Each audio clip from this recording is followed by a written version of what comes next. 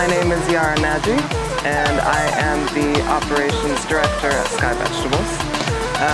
That is a client of Agritecture Consulting. We are at Sky Vegetables, which is a greenhouse in the Bronx that's about 10,000 square feet. And why do I farm?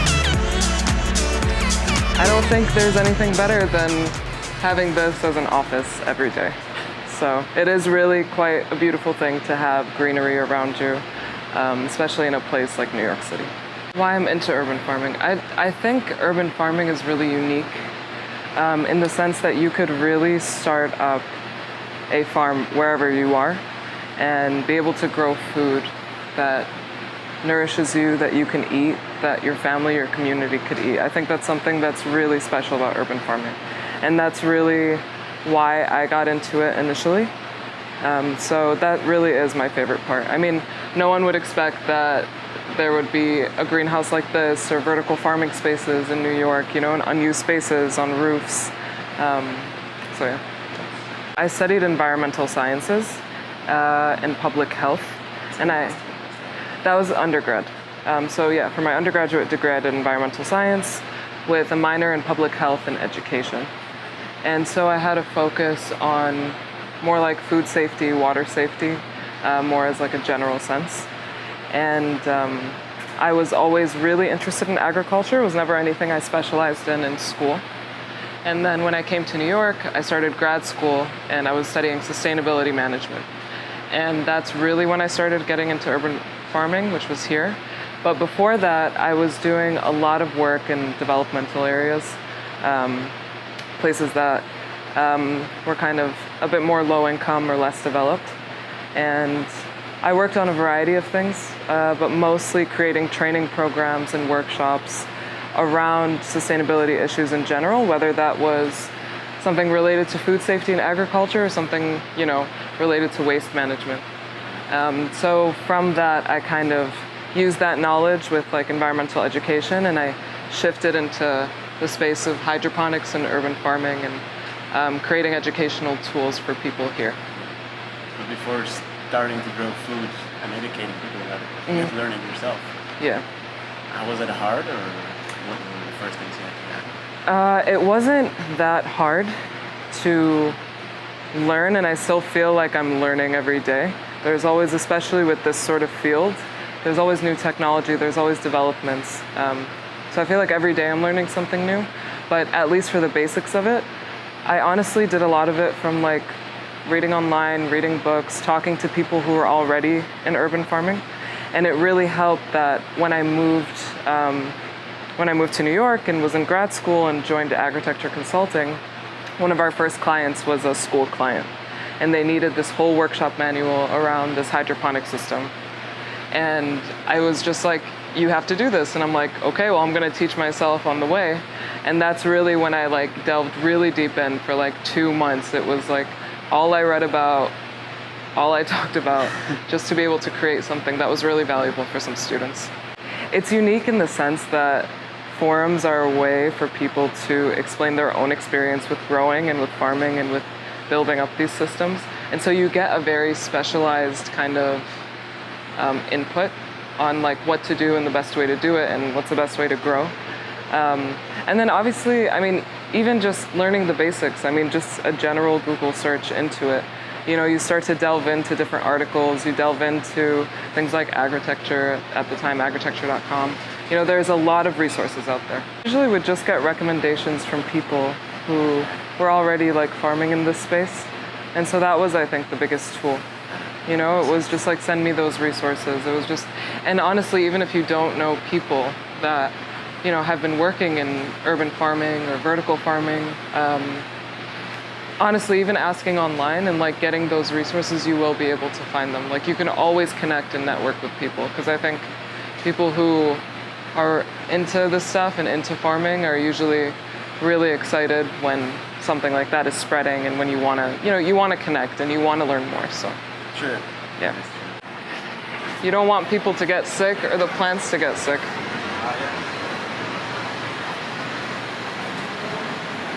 If you have like a flu or a cold, like anything that's basic, it's just Yeah. You shouldn't touch the plants. I won't But it's touch just, them. it's not a good idea to even touch the plants yourself, because it's not necessarily that something will be transmitted to the human. We worry a bit more about the plants, because you want to create as much as a clean environment as possible. So you could potentially risk, you know, some plants like dying, or you can risk some plants not being, you know, if they're just about to mature, they might not, or potentially some kind of pest outbreak as well. Yeah. So you do want the biotic factors that are good for the plants, and we don't necessarily stop that. But if it gets to a certain level where it's something that might be threatening, we don't use any pesticides or sprays. We just introduce beneficials, which are basically insects that eat off the bad insects. So it's like good insects that eat that off. So you introduce that to the plants. So we grow mostly leafy greens and herbs. We're growing up to 10 to 12 plants at a time, actually. And so currently we have some arugula, we have some beet greens, spring onions.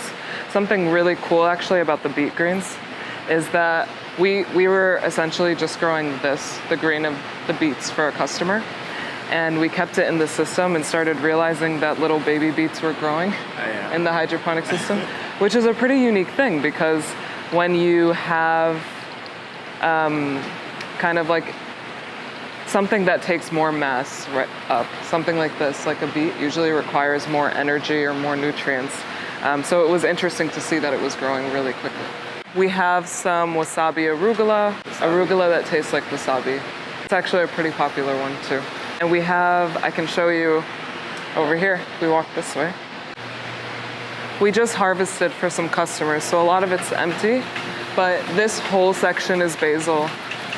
Right over here, we have some rosemary, some cabbage, some lemongrass, and one of my favorites, we have some thyme as well, which actually grows pretty beautifully in here. So we choose the crops based on what our customers want. So we've built out a model where we'll have maybe up to like 5 customers, and we ask them what it is that they want in their restaurant, in their grocery store, or even we sell some to the residential building that's down here. And so we see what people use, and then we grow accordingly. So we really grow based on customers. So the unique part about our model is that each of these sections in the greenhouse grows maybe 2 to 3 crops. And if a restaurant or a customer wants something different, we'll usually grow that out for them too, because we can have a pretty high turnaround. We have a test section in the beginning of the greenhouse. And so we try it out in maybe 1 to 2 of these channels. This is what we call the channels. And we take data on it. So we see what date we seeded it, what its germination rate is, so to see how many of those seeds actually came to life and will turn into baby plants. And then we let it grow, and we track how long it takes to grow. And so once we have that data and we have that plant, we sample it to some of those customers. We see if it's something that's popular. If a customer really likes it, we'll increase the number of channels that are growing it to maybe like 4 or 5 or 6. And then if it catches on, we'll allocate a section of the greenhouse for that crop. So that's what happened to wasabi arugula, actually. We weren't sure how people would react to it, but people really liked it. So now this whole section is allocated to that. Sky Vegetables is a semi-automated system. And for the heat and cooling controls, you can kind of see them around you right here. So underneath the channels, you see these rods, and they have hot water from the boiler room downstairs flow through them. And the heat from that hot water emanates up here, and it basically heats up the root zone of the plants. So that's one aspect of the heating. And then as an additional source of heat, if it gets very, very cold, we use those overhead blowers over here. So those overhead blowers we also use in the winter. And as for the cooling, we use passive cooling methods. And so what that means is, depending on the temperature outside and the temperature in this greenhouse, if it goes above a certain, limit that we set, let's say like 90 degrees, 88 degrees Fahrenheit, those side vents will open over here. And in addition to those fans that will now come on, and basically it creates a circulation of wind and air throughout the greenhouse. which is a very low-cost way of cooling this place. So passive cooling methods there. So I could show you, we have some other controls for the temperature. So we have firstly a Wadsworth system, which basically detects the heat, humidity, the temperature in general within the greenhouse. And so we can get that data, we transfer it, and it's tracked from here. And then we have something outside, which is a bit difficult to see, but it's on the roof, and that also detects what the weather is outside. And so with both of that data, depending on the controls that we put in this system, the greenhouse will kind of react accordingly. It really is all automated from this and from the our sensor that we have outside. It's just very important to understand what is the best suitable thing for your own operation, because there are a lot of new technologies that come out, and it is a reality that urban farms, especially in cities, are already, pretty high cost, and it's important to, maintain them in a financially sustainable way. So just making sure that the technology you include is really something that would either make your operation more efficient or makes it, maybe even more low cost. So I would say, things with like artificial intelligence, I feel like that really is kind of where this industry is going in the future. But I wouldn't say that it's necessarily for everyone, right? Like I would say that, you'd have to kind of see with your own operation and try it out and see if you can afford it too, right? We dose our nutrients that go into the water through this auto-grow system. And so this is kind of the other part of the automation, I guess, is part of it. And this is the water tank, which, basically feeds into this nutrient film technique or NFT system, and it recirculates throughout. It kind of drains back through here and then goes back in the tank and, recirculates the water. All the nutrients that we need are put into these buckets right here. And the acidity, the pH, and the EC levels are all tracked automatically here. So every 10 seconds we have, I guess in simple words, nutrients being dosed within the water. And we preset it every 2 weeks, maybe. It's just depending on the controls that we put in. So it is always really important when you have an operation that's like medium scale like this to make sure that everything is functioning correctly, because technology or even pieces that you build this greenhouse with can depreciate a little bit over time. So it's important that, like, for example, these curtains that we see above us right here, these shade curtains, we make sure they're always opening up, closing correctly, that they're not stuck on something, right? We haven't had any specific issues that are that large scale, thankfully. We did have to kind of go back into this auto-grow system once and just kind of, fix it up a little bit because we felt like it wasn't reading everything correctly. But otherwise, we try to avoid having issues like that by doing checks in this greenhouse every month, which is really important. Checking, usually we dedicate like a whole day to it, honestly, like a whole morning, afternoon. And then officially we'll have someone who is trained in, I guess, like maintaining greenhouses come in twice a year. All the things we can't reach up at the roof, for example, they'll tighten up the screws or whatever it is. It's better to pay these small costs and investment now rather than some big cost later if something breaks down. Maintenance is part of it, yeah. But it's seen definitely as more of an investment than anything else, because it's standard that all aspects of growing operations, from lighting to growing systems, will depreciate with time. So the lighting in this greenhouse, majority of it, we do use sunlight. However, because when this building was constructed, there was an elevator shaft here that blocked some of the light from getting into this section. So because of that, and because of the construction of this building when it was done in 2013, we did have to put additional grow lights here. And honestly, maybe in in days where it's really dark or there's no sun at all, we'll kind of assess to see how these plants are growing. I've always been, growing system-wise, I think I would really like deep water culture systems a lot. It's just a personal favorite. But I have always been really interested in those apps that are coming out where you can like take a picture of the plant and you can kind of assess like whether it's nutrient content or like if there's any sort of like pest issue or whatever it is.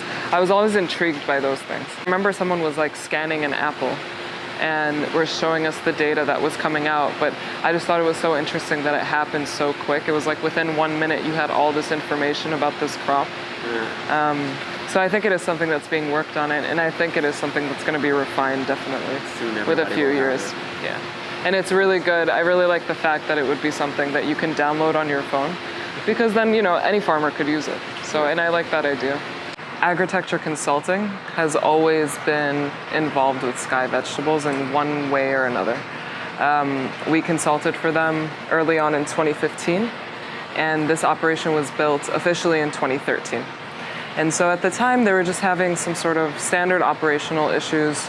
They wanted to make sure they had enough supply for the demand of their customers, and we helped them get to those yield numbers.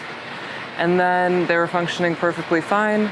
And then about a year ago, or a bit more now, in 2016, last summer, again, they were having some sort of issues with the operations. And it was relating to yield again. And again, it is pretty expensive to have these sort of operations in cities. It's very standard. You're paying energy costs, you're paying for labor, so it is difficult if there isn't a manager here at all times. And so we decided, because we were very passionate about this project and it's such a unique project here in New York, we decided that we wanted to jump on and partner with them and be more than just consultants. So Agritecture Consulting came in and we hired a grower, and then I jumped on a bit later on in that year to direct the operations and to just kind of streamline the whole process, from hiring some staff to getting schedules on point to being able to track. So that's kind of the general beginning of it all. And so this place actually was pretty empty about, like a year ago, really. And when we came in, we just started working on making it greener, essentially, and making sure that it's functioning sustainably. And so the business model, though, that we've developed that we think is really suitable, the major points are with labor. We make sure that majority of the labor here is from the local community. And I really wanted to make sure that we had at least one young person that wasn't too familiar with farming but passionate about it trained here. And now, he can basically be a grower now after like 6 to 8 months at this point. This is actually another employee. Yeah, so we have our head grower, and then we have 3 other staff. And one of those staff members is this young gentleman, and he's also from the local neighborhood. And he was trained here from January 2017. Yeah, and so now he can basically take on what our head grower does. And we have a driver as well. And so that is kind of the labor model, just making sure it's local. And then the other part of it is really, the unique part, I would say, is providing live plants to people. So we do provide plants with the roots attached. And it was a strategy that we decided on because it increases shelf life of the plants, it keeps the nutrient content pretty high, and we feel like it was kind of a value added for the product that we sell. And so that was kind of one of the biggest strategies we started with. And again, we want to make sure that we're selling to local customers. We stay in Manhattan, Brooklyn, and the Bronx. And additionally, we want to make sure that whatever extra produce we have, we're either donating it to this local area or giving it to the residents of the building that we're on top of. We did want to increase revenue streams as much as possible. A lot of greenhouses do something like making people pay for tours, for example. But we decided against that just because I felt like it was a very important educational component to have, and also just a component to make sure that people know we're transparent about the operation. So tours are something that's free, but we do classes on the side, and we partner with Agritecture Consulting, Sky Vegetables, and Farm One in Manhattan. So we do these classes monthly, and part of the classes are held here. So that is the other revenue stream that we have. If the costs of the produce if everything was sold, or mostly everything, maybe about 70% sold at premium, so premium prices. And if there were some revisions done for the energy that this place takes up. So if there were some sort of strategies implemented to try to reduce the energy cost and the amount of energy used in this place, which are both things that we work on. But even thinking about that, you know, you can ideally like set your price point at something pretty high, like $250 per head, $250 per head. But realistically, you know, the market will not always take that price. It doesn't make it too accessible either. So it really is about working around that. So, you know, with the energy analysis, that's something that we also worked on as part of the strategy this year to try to reduce those costs in the winter. And so that's something that we're going to implement in a few months and see if those costs go down and if we can kind of sustain this place even more. Our customers they basically consist of restaurants, grocery stores, residents that live in this housing unit, and those are kind of the three main ones. On the side, depending on the season, we do farmers markets as well. And we do farmers markets in low-income areas, you know, to kind of make sure we're keeping this food accessible. And then randomly, honestly, it's people who come visit, you know, we'll give them some crops. Usually we won't charge them for it, but really anyone from this neighborhood. There's a grocery store nearby where you can buy some Sky Vegetables. Yeah. Okay. Marketing is probably one of the most important and underestimated tasks that go into operating an urban farm. So it is really important, especially when we were just trying to find customers. It was really we did marketing on every aspect, from, you know, social media to calling certain customers, creating lists of potentials. And from those lists, we would call these people up and we would send some of our staff or myself to go and sample some produce that we have to try to get, you know, more of a customer base. And we also did, at one point, kind of like educational video, like a summary about who we are, and you can find that on the website. And so that was something that we sent a lot of people. We like redid the website at the time. There was definitely a lot of small aspects of marketing that went in. But yeah, it takes a team, I would say. We had lists of like 50 to 100, you know, restaurants in different boroughs. And really, like, in the end, it's about, sometimes the most random ones would be the ones that came up. Really, like, it was from those, like, that big amount, like 20, 30, you'd get like one or two that are really interested. One of them might start purchasing. We also got some recommendations. So it started expanding because we got in with this grocery store in Brooklyn, and they really liked us, and so they recommended us to some grocery stores they knew. And so that's how that network increased. So like once we got one, it kind of got easier, as long as we were, you know, providing produce at the right time and good produce for a good price. The product itself is great, but you have to keep in mind two things, which is this kind of produce, it's obviously more strategic. When you're providing basil in the winter, for example, you'll get more interest there. But a lot of times these grocery stores are sourcing from other farms that can sell it for a cheaper amount. And so that's the thing. So if you're gonna go to maybe like high-end stores, it might be something that, you know, they put into their budget. But a lot of times these grocery stores, they can't always afford it, you know, or they won't make too much of a margin on it and something. So they really have to like you or trust you, or really be committed, for example, to buying local. So it takes an effort because you really need to make sure there's a balance between customer demand, covering your costs at the greenhouse, and then in the middle, which is setting a price that works for both parties. And that's always kind of the struggle. And so, you know, with certain customer bases, you're gonna offer sometimes different pricing, really depending.